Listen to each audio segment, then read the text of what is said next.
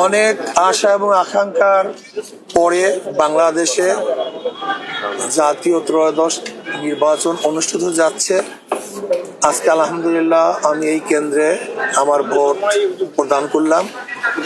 বাংলাদেশের সব জায়গাতেই 7:30টার থেকেই ভোট প্রদান করা শুরু হয়েছে।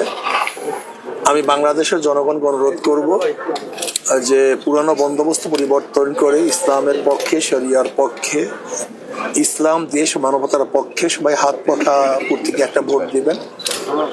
এবং আমি প্রশাসনকে বলবো, মানুষ দীর্ঘদিন পর্যন্ত ভোট দেওয়ার জন্য যে চাতক পাখির ন্যায় তাকিয়েছিল এই দিনটার দিকে, সমস্ত মানুষ যেন নির্বিঘ্নে ভয় ভীতির ঊর্ধ্বে থেকে সুন্দর মতো ভোট প্রদান করতে পারে সেই ব্যবস্থা অবশ্যই প্রশাসন করতে হবে।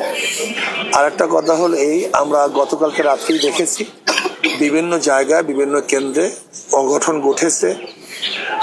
আমরা চাই না আজকে বাংলাদেশের কোনো জায়গায় কোনো কেন্দ্রে অঘটন ঘটুক, মারামারি, কাটাকাটি, হানাহানি, দখলদারি এটা না হোক। এবং আমরা এইটাও চাই না যে ভোট দেওয়ার পরে জনগণ ভোট দিবে আর আপনারা সেই ভোটের রেজাল্ট অন্যভাবে ঘুরিয়ে দিবেন, এইটাও কিন্তু আমরা চাই না। আমরা চাই জনগণ যাকে ভোট দিবে সেই জনগণ যেন তাদের ভোটের রেজাল্টটা তারা জানতে পারে।